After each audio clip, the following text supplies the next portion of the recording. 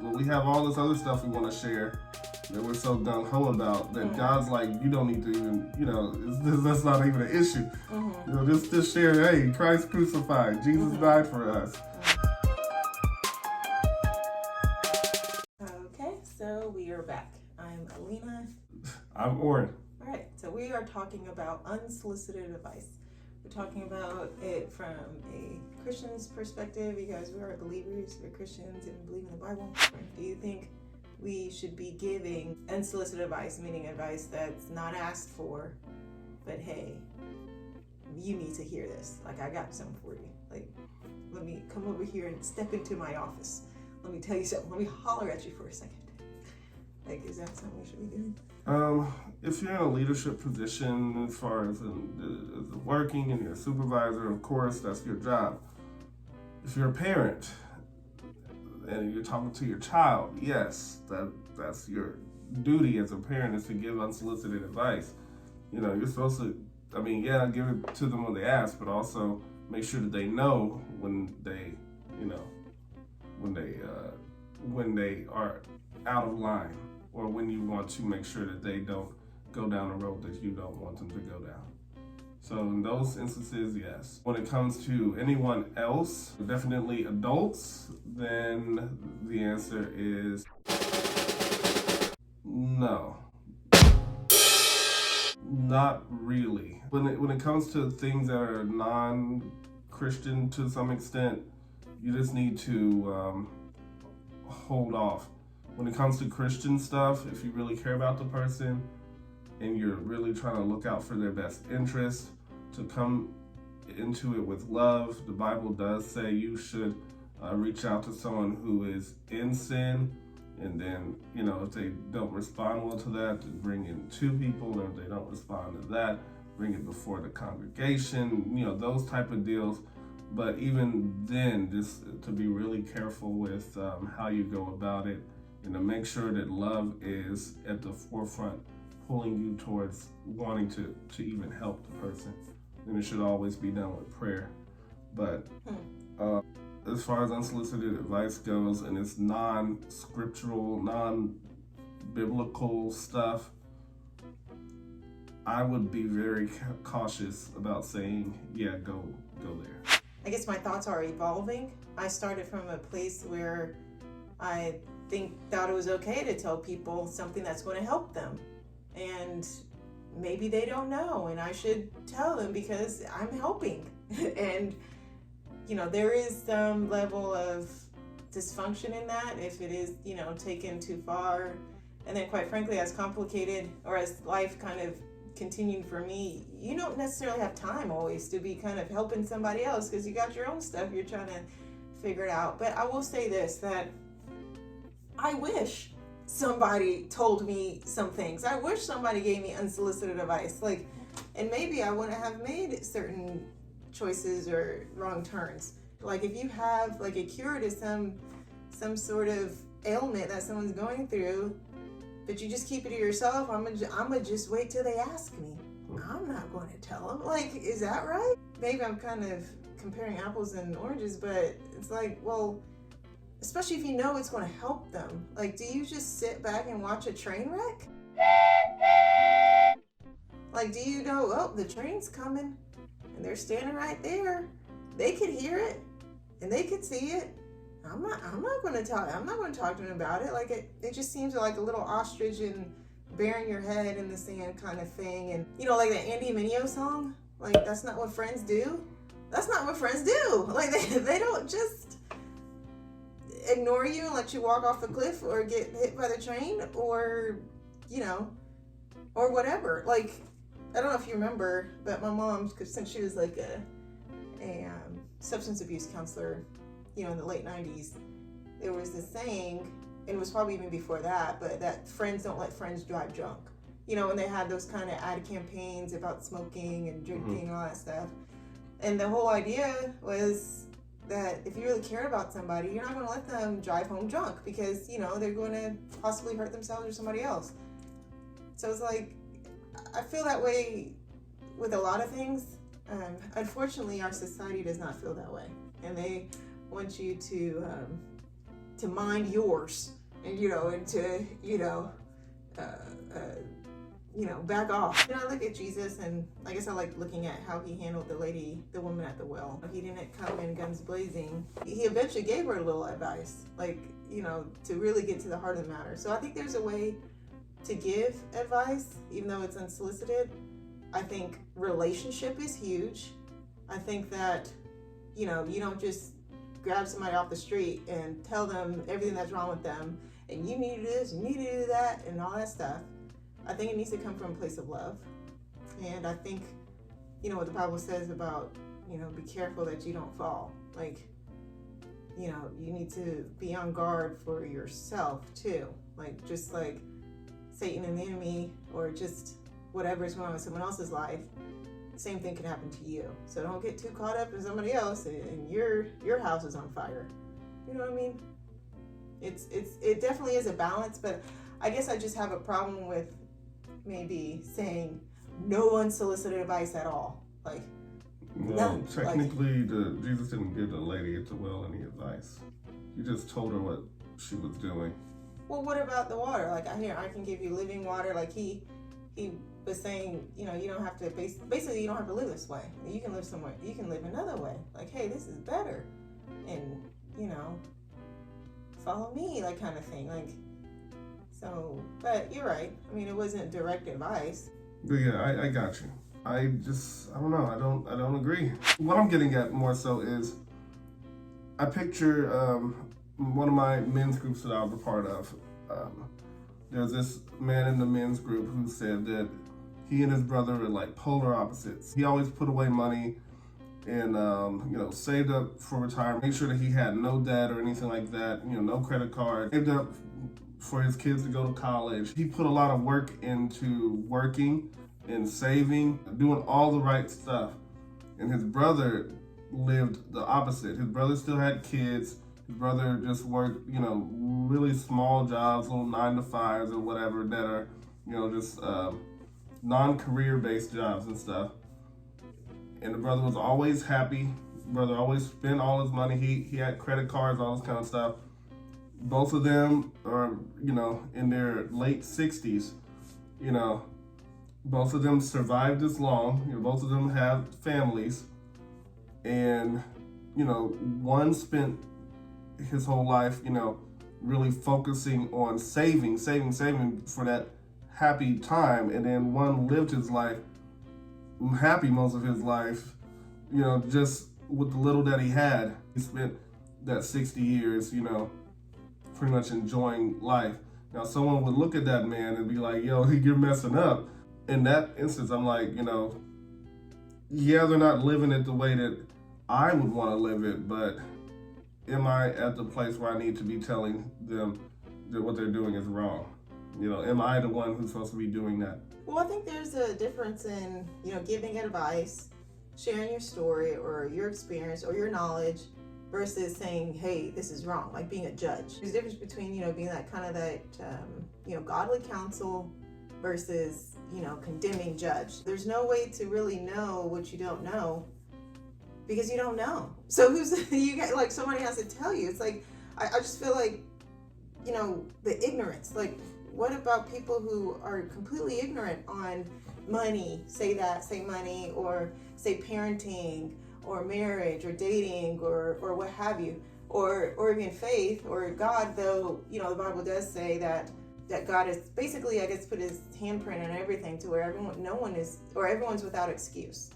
You should know there's a God, that God's already cleared that up for you, and there's no reason for you not to know. There's no ignorance. You can't use that ignorance card for that. Yeah. But I feel it's almost borderline selfish to hold on to it. Like for us in marriage or just parenting, the knowledge that we have, I feel it could be wrong not to share it.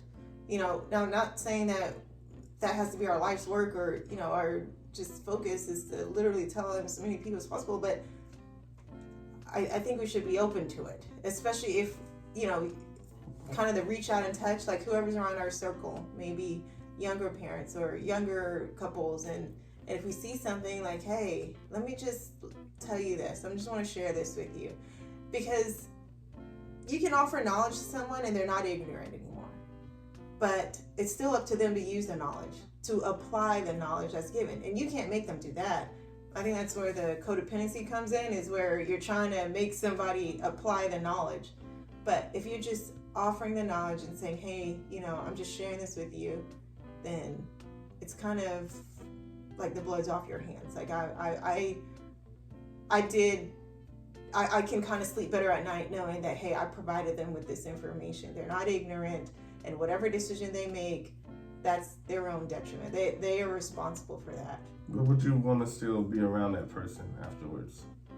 Yes. I mean, it would be difficult for me. If they rejected. Yeah, it would be difficult for me. There's been times in my past where I wouldn't want to be around that person because I would be a little angry that, hey, you didn't take the advice I gave you, and you wouldn't be in this mess if you would have just did what I told you to do. But I am learning in the process that, you can still kind of enjoy someone, and you just have to accept and recognize it's their life, they're adults, and if they want to, trash it, that's on them.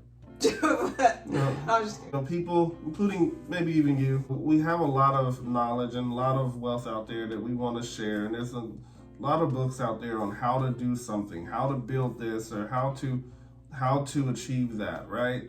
Everybody has something that they want to get out there and share and spread with the world.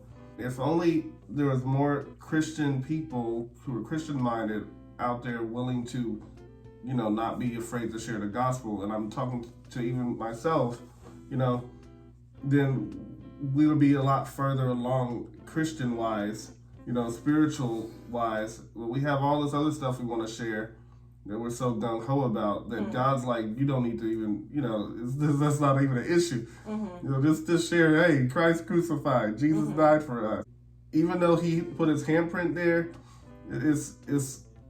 we're a part of that part of Romans 1 where the reason why, is like, yeah, I made all this stuff, but it's still your job to be the one sharing it. I think, if anything, like I said, like that's the thing that we should be really sharing, because that is the train wreck coming, you know what I'm saying? Yeah, that's the ultimate, right? Yeah, I mean, the other stuff, a man living happy with credit cards and just stupid, I guess, quote unquote, the Dave Ramsey style stupid, if he's still alive, all he needs is Jesus, and the man with the 401k and all that kind of stuff, he needs Jesus too. That at the end of the day, I just feel like all this other stuff is not that big of a deal. No, I agree. Christ is the ultimate, where you will be spending eternity is much more important than, some marriage advice or dating advice or parenting advice. I agree. And that's probably what should be number one, because it is number one just by that, but also because a lot of these other things will fall in line. If someone is a believer, reading their Bible actually and, genuinely striving to, follow his teaching, then they're eventually going to probably seek out godly counsel in certain areas, or they're eventually going to understand how to date and how to, be a godly husband, how to be a godly wife, and how to raise godly children. So then, like you said, all those things won't be an issue. That kind of goes into evangelism. Then is evangelism considered unsolicited advice? Some people would say yes, like don't bring up religion, and politics and things like that. But just society. Podcasts are, growing a growing niche, a growing market. I think Gary Vee said something like that. Yes. The reason why is because everybody is trying to put stuff out. Everybody's trying to share what they know. And if we just focus that power, focus that desire, focus all that time and effort into something more that's going to help with someone's soul, then I think it would be better used. You're right. Especially for the Christians. It's time for the Christians to stand up and to actually live out, was it the Matthew 28, go out and preach the gospel and share. And I think there's just a way to do it to where it's not obnoxious. Obviously Jesus was the ultimate example, how he, talked to sinners and how sinners were just naturally attracted to him. You have Nicodemus. Now granted, I don't think he was necessarily a sinner, but he couldn't stay away. He came to him like, look, listen, let me holler at you for a second, Jesus. Like, what is this born again? What do I need to be doing? People are naturally attracted to him. So maybe as a believer, you get to a point where people are naturally coming to you and wanting to ask you questions, and then that opens the door for you to, it does, yes, share Jesus or share advice, and like, hey, listen, I noticed that your kids are this way, or your marriage is that way, or you seem happy. Like, what are you doing? For the whole diet and weight loss space, when people notice that you lost weight, they're like, oh, you lost weight, or whatever, or you look a little more toned or whatever. Like, what are you doing? So I think actions like that are much more effective than us kind of shoving it down their throat. My question was, is it ethical, to watch a train wreck? Is it ethical to watch someone make big mistakes and that they were about to make that mistake, but you didn't say anything? I know I could think of at least 2, maybe 3 people, in our life that we've seen that with. And I'm sure at some point in my life, I was that person, and probably someone saw the train wreck happening. They didn't say anything. And it's like, is that ethical? You're asking me? Mm-hmm. Yeah, like, do you think that's appropriate? Like, do you feel like there's blood on our hands because we didn't tell so-and-so, like, hey, if you don't, then this is going to happen, and you might not want to... I think differently than you do with stuff. Okay. I mean, blood on the hands means someone got hurt, right? Okay, yes. Or someone literally died. I mean, that's what like blood physical, on the hands yeah, is. physical, yeah. So, in my eyes, I feel like there is no such thing as a train wreck until it's over, until the fat lady sings type of deal. I don't know. Like your life could still kind of turn around. Kind of like when we talked about, people falling away from Christianity or whatever, or they really say, I don't know until they die, how does their story end? Okay. Did they die when they fell away? Like, or did they come back to Christ, 20 years later? That's good, yeah. You So, just never know. Nobody's a lost cause. So I'm like, I haven't seen a train wreck yet. I haven't seen a person who I feel like I might have failed or I gave advice to and they kicked it off to the side, and then they, just had a horrible life and then they just die. Okay, well, how about this? Let me ask you this. Maybe train wreck is too hard of a word, too strong. What about just someone making, like a mistake? Like, if you're watching a movie and you see something like or football or something's like, oh man, I know that hurt. Like, you kind of watch some people see their life and it's like, oh man, I know that hurt. Like, ugh. Now God can obviously redeem anybody, and He uses what was meant for our bad and turns it for our good, and But do you think we have any responsibility for other people when they make not so good choices, and we were close enough to them to maybe guide them or disciple them or kind of help them along? No. Okay, so you think it's in kind fact, of we're probably even told to not do it. Yeah, like it's a little codependent to do so, huh? To act like I can change this person's life. My words can really, turn them around. Like that's... You could potentially even be a hindrance towards them actually doing what you want them to do. Yeah.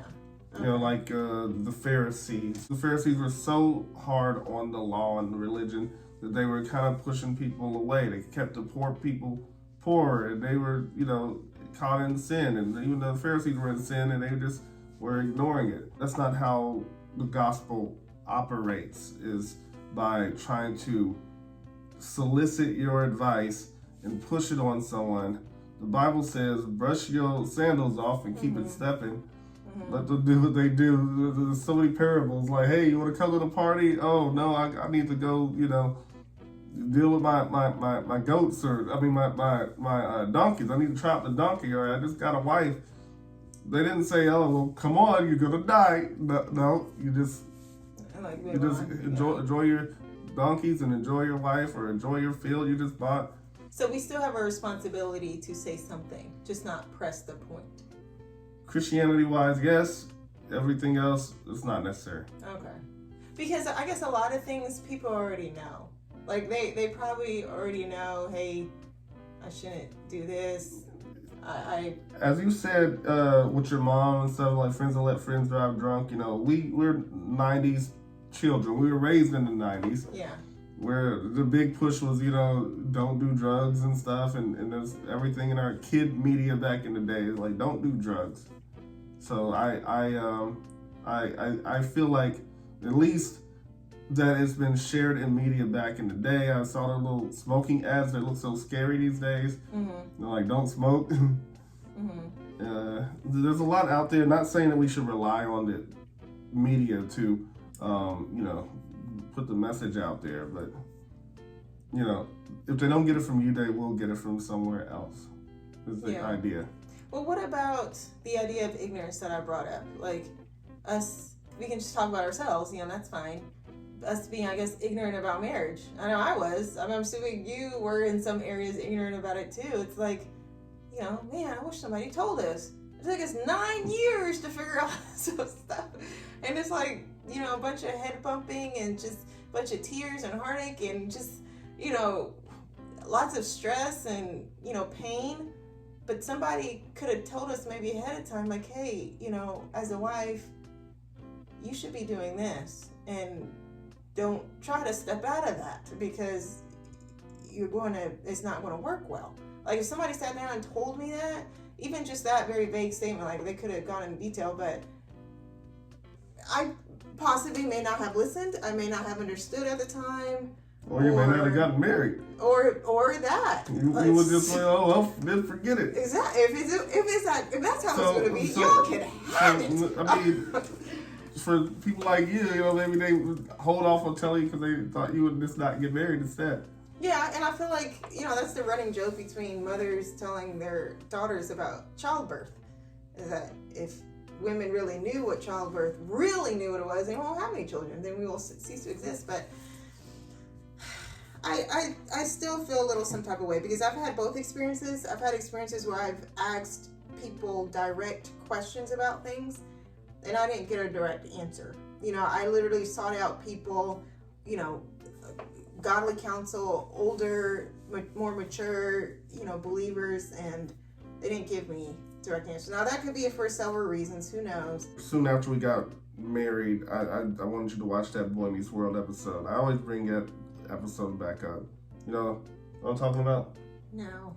With the one where, like, right after they got married and after they came back from the honeymoon, and they first go into their crummy-looking apartment. Okay, what about it? What does that have to do?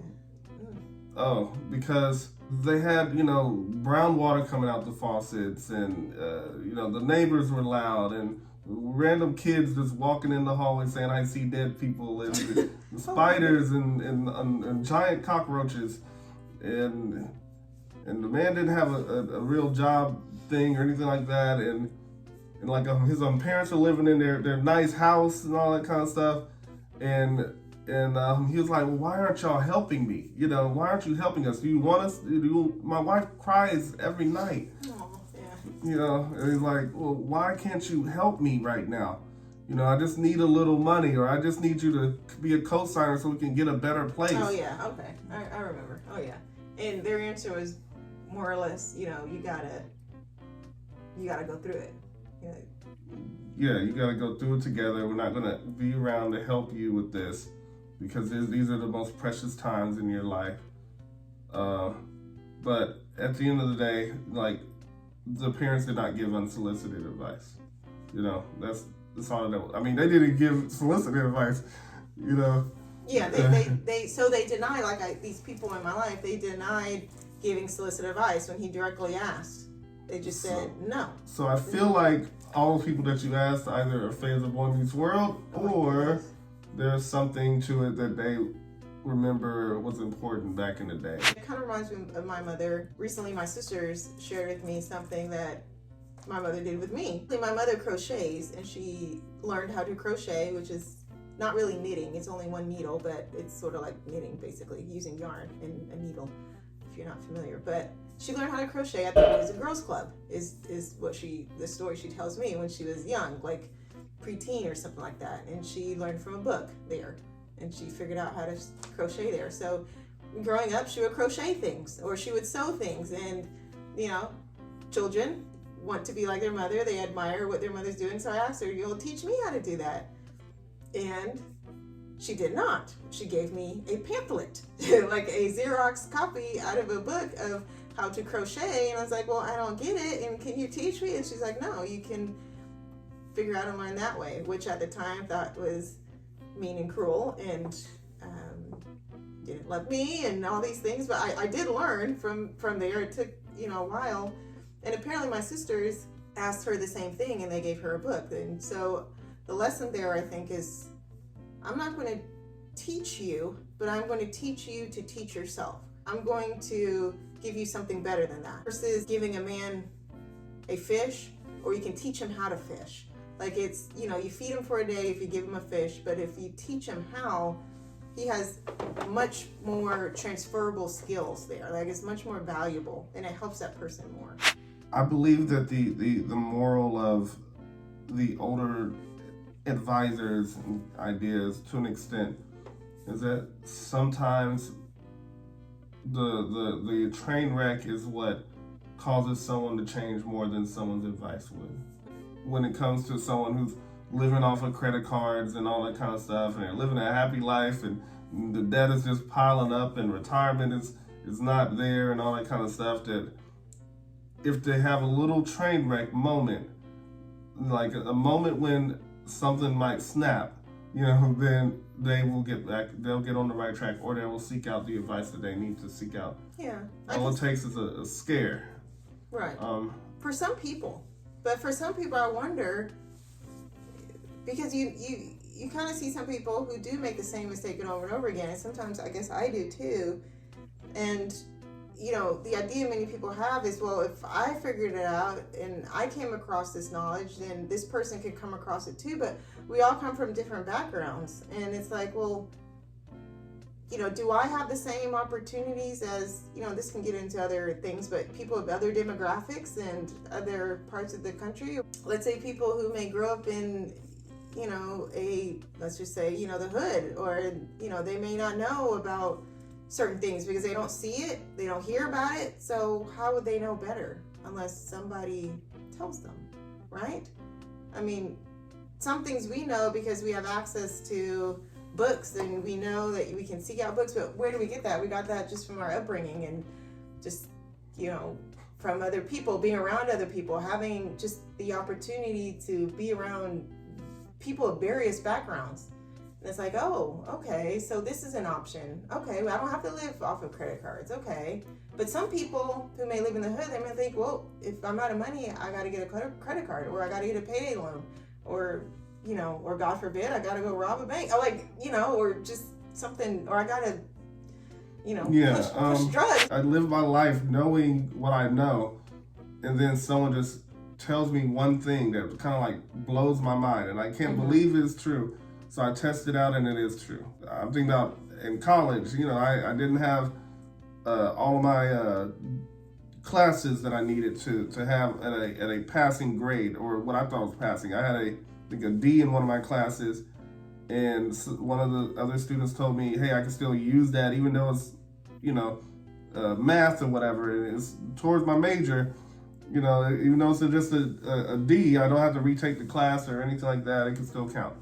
So I asked, and they took some time, but they approved it. And I thought I would have to spend another 3 months or whatever, taking the classes over or not graduating so soon. Did you ask? Or you just mentioned it to them and they gave you some advice? I was saying what was going on.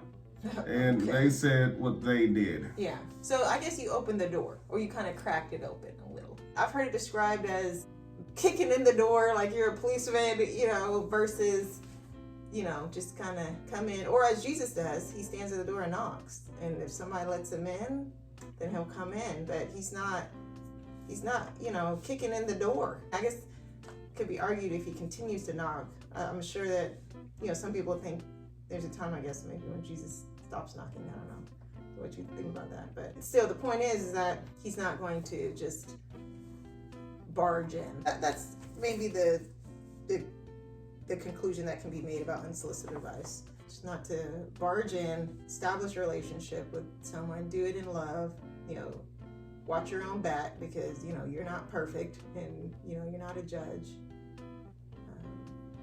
But also some things some people are just going to have to go through. You just have to kind of watch it. But I love what you were saying, that, someone's story is not over. Even, it's like watching a movie. You may think, man, they're finished. Like, that's it. There's no coming back from that. But maybe one of the biggest pieces as well is that how does the one who wants to give unsolicited advice take unsolicited advice?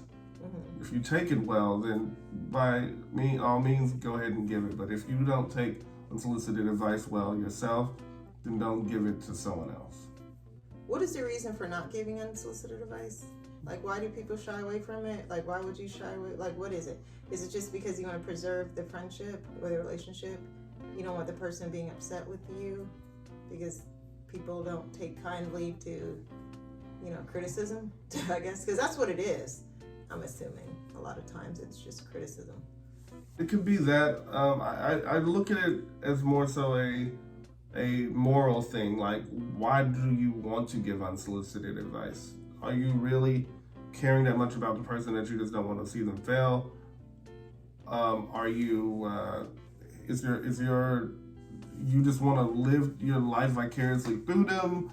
Like, when it's not dealing with Christianity, what is your point? Well, I think some people just don't want to see someone fail. They care about the person, and it's just, you want things to be looking right. I guess it's like if you are the type of person who goes in the store and you straighten things up on the shelf. I mean, it's not your job, but hey, or you see something on the ground, well, let me just pick this up because it just doesn't belong there, or things aren't just right. Let's just fix it. I can just move it right here. Then that's the problem of the advice giver. What do you mean? That's a problem? If I want things to look nice? And I would give unsolicited advice to them, and they need to sit down and shut up. What? Well, if so... You need to relax, look at your own life, and find somewhere that you can give advice to your own self. There should be enough dirtiness or enough messed up stuff in your own life that you can look for or find someone to give you advice on something. So I shouldn't, care about my brother or my sister. You should care about them, yes. But not to the point where you want to give them advice when they don't ask for it, and then be mad when they don't take it. Well, I want to be mad because, they didn't ask, but... Oh, okay, I know what you're saying. Okay, never mind. I mean, I don't know. Like I said, I do have an issue with this area, but I'm glad we talked about it. I mean... I guess no, deep down, it's not for me to say, but deep down I do still want to do it. I still want to tell them, like, hey, things would be a lot better if you just a little bit. Like, I just want to kind of move them over, like, little chess pieces, like, okay, just... And if someone comes into your life and tells you that, typically you say that you welcome that stuff. Absolutely, yeah. Like I said, I wish somebody told me. But there's plenty of times that we could talk about off camera when someone has offered unsolicited advice and you did not take it. Well, that's different because it wasn't good. You were either offended or you didn't think it was good enough, and we'll talk about that on another. On another time frame. Thanks for listening. If you want to share, it is solicited. No, what do we say? We don't mind hearing. It's solicited. You share unsolicited. What? Even though we're soliciting, we share unsolicited. Yeah.